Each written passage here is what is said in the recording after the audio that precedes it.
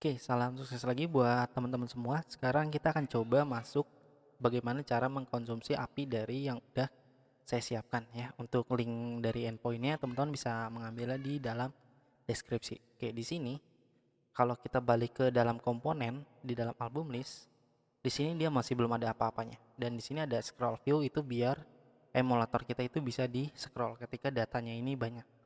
Oke, langsung aja di sini misalkan ya, di sini teman-teman udah belajar yang namanya stat dan teman-teman juga sudah belajar yang namanya life cycle React Hook di dalam React Native ya, yang udah saya jelaskan di video-video sebelumnya.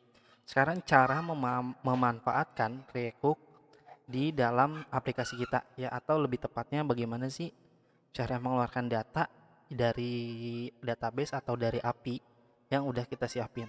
Oke, di sini kita akan menggunakan state dan juga kita akan menggunakan use effect ya, jadi yang udah kita pelajarin sebelumnya. Makanya kalau teman-teman videonya loncat-loncat itu jangan heran, jangan bingung kalau teman-teman bakalan kesulitan. Oke, jadi di sini kita akan coba import dulu ya. Di sini kita akan import state-nya dan juga kita akan import use effect. Di dalam sini kita akan buat sebuah data dan ada yang namanya set data ya. Saya nggak akan ngejelasin stat lagi karena stat ini udah saya jelaskan di video-video sebelumnya. Oke, kalau udah seperti ini dan sekarang kita akan gunakan life cycle di dalam React Hook menggunakan use effect atau biasa disebutnya ini, kalau teman-teman biasa menggunakan React.js ada yang namanya komponen didmon. Tapi kalau di React Hook seperti ini, komponen didmonnya itu seperti ini. Oke. Dan di sini baru kita ambil URL yang menggunakan fetch ya, seperti ini, dan kita coba ambil linknya, link endpointnya di sini, dan kita coba paste. Oke. Dan kalau udah dipaste seperti ini, kan kalau udah dipaste seperti ini, di sini kita akan menggunakan den ya. Dan di sini adalah den itu adalah di sini kita taruh variable response ya. Di sini kita ambil respond.json. Kenapa harus respond.json? Karena data yang ditampilkan ini udah berbentuk JSON. Oke, makanya di sini kita menggunakan respond.json. Langsung aja karena di sini ada den lagi, di sini kita mengembalikan nilai ya, bisa bisa seperti ini, dan juga bisa juga kita tambahkan lagi. Di sini kan kita udah mengambil respond.json nih ya, jadi responnya ini atau tampungan datanya, tampungan data apa sih Andi kalau teman-teman bingung?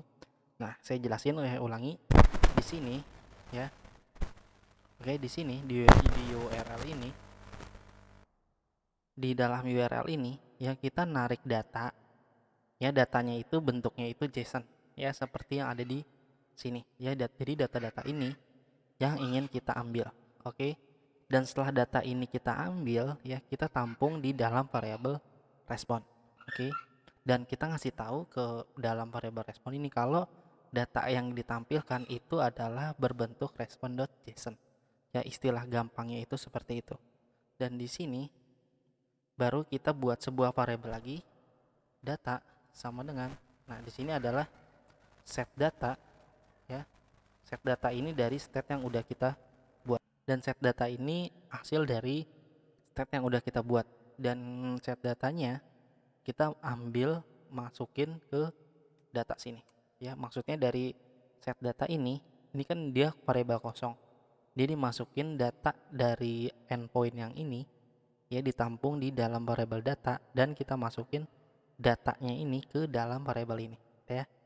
Oke, nggak, jadi paham ya? Saya ulangi, di sini kita narik data ya, dan datanya itu ditampung di dalam variabel respon, dan kita ngasih tahu kalau data yang kita ambil itu adalah berbentuk JSON ya. Dan setelah datanya diambil, otomatis kita butuh sebuah wadah lagi ya. Wadahnya ini namanya, variabelnya itu adalah data. Dan dari wadah ini datanya itu mau dikemanain? Nah, datanya itu mau ditaruh di dalam set data ya, di si state kita, dan kita isi dari data sini. Oke. Dan kalau kita testing terlebih dahulu, di sini kita tampil console log ya, di sini ada data dan kita save, otomatis teman-teman akan melihat datanya ya. Jadi di sini, jadi datanya ini ya, ini kita udah mengambil endpoint dan kita tampung di dalam state kita. Oke. Jadi seperti ini ya. Jadi kita udah mengambil.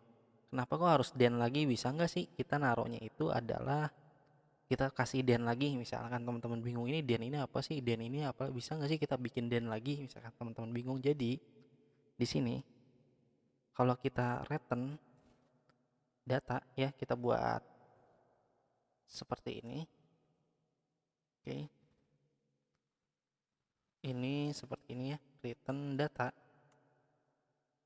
atau bukan dia return sebuah function ya, return data seperti ini, dan otomatis di sini kita akan membuat sebuah den lagi ya. Kita coba terlebih dahulu, dan den ini adalah data 1 ya, dan data 1 di sini kita masukin set data, dia sama dengan data 1. Oke, kita save, kita coba lihat apa yang terjadi, apa di error, dan teman-teman bakal melihat hal yang sama. Jadi walaupun kita return sebanyak mungkin seperti ini, dia otomatis akan mengambil den lagi ya. Bisa nggak sih kita pakai den, nggak bisa nggak sih kita nggak menggunakan den ya, kalau kita akan menggunakan async await misalkan teman-teman, itu benar-benar sangat bisa ya. Tapi saya akan mengajarkannya itu nanti di video-video selanjutnya.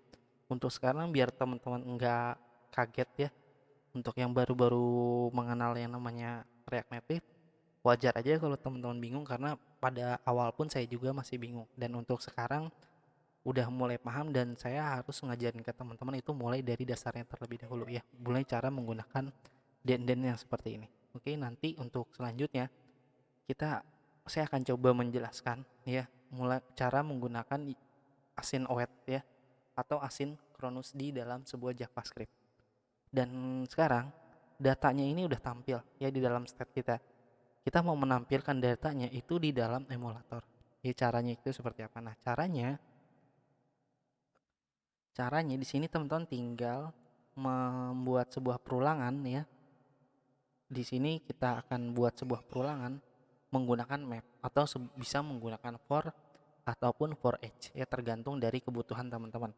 Dan untuk ya teman-teman, terlebih untuk teman-teman yang baru mengenal, saya menyarankan cara mengelooping itu menggunakan map terlebih dahulu ya. Jadi di sini kita akan buat sebuah data.map ya seperti ini, dan kemudian di dalam map ini kita buat sebuah variabel penampung dengan nama album, sama dengan di sini.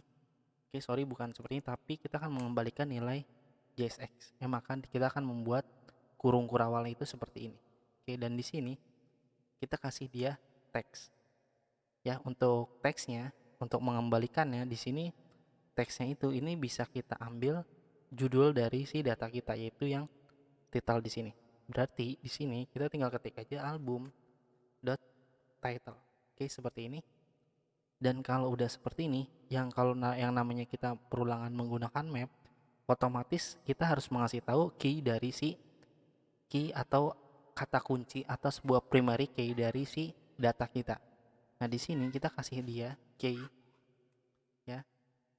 Dan untuk key-nya saya membuatnya itu album.title, atau kita menggunakan itu album.title. Dan kalau di sini kita hapus, dan ini bukan album.title, tapi ini bisa kita ganti menjadi, oke, sorry, bukan seperti ini. Oke, di sini album.title ya. Kalau di sini kita teman-teman hapus dan teman-teman coba save ya di dalam app.js. Di sini untuk titlenya ini kita coba hapus. Teman-teman lihat di sini, kita coba restart terlebih dahulu aplikasi kita. Di sini kita tutup, dan kita jalankan lagi. Oke, kita tunggu, kita lihat hasilnya ini apakah ada yang terjadi error ya. Ternyata di sini terjadi yang namanya error ya. Karena error ini terjadi karena saya sengaja ya membuat error ini supaya teman-teman menjelaskan. Nah, di sini error ini terjadi karena yang pertama kali di render di dalam React Native itu adalah yang ada di sini ya. Oke, ini yang pertama kali di render, dan yang kedua baru itu adalah sebuah life cycle-nya. Yang kedua itu adalah yang ini. Oke, dan error ini terjadi karena Di sini kita udah manggil sebuah data dari sebuah endpoint atau dari sebuah API, tapi datanya ini belum selesai di-load, ya, atau datanya ini kosong. Kalau teman-teman lihat di sini, kita kasih dia console log, kita lihat terlebih dahulu. Yang pertama kali di render, dia pasti undefined. Teman-teman lihat di sini. Tuh, di sini dia kan undefined. Nah, di undefined ini artinya data kita yang ada di sini, ini datanya ini nggak ada, tapi kita manggil judulnya, ya. Jadi artinya datanya belum ada, tapi kita udah manggil judulnya, makanya dia error. Nah, cara menangani ini gimana nih, Di? Nah, teman-teman bisa menggunakan loading, dan teman-teman juga bisa kasih dia keterangan. Oke, saya akan bahas cara menangani error ini seperti apa, dan kita akan membuat sebuah logic di dalam return ini, ya, untuk menangani error ini. Oke, salam sukses dulu buat semuanya. Sekali lagi, saya ucapin terima kasih.